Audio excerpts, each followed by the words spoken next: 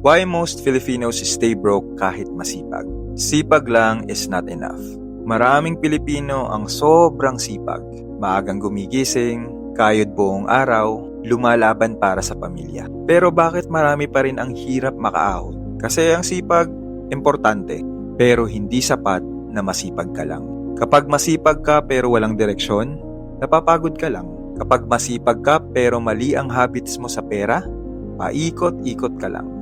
Kapag masipag ka pero wala kang skill growth, savings, or plano, madaling maubos lahat ng effort mo.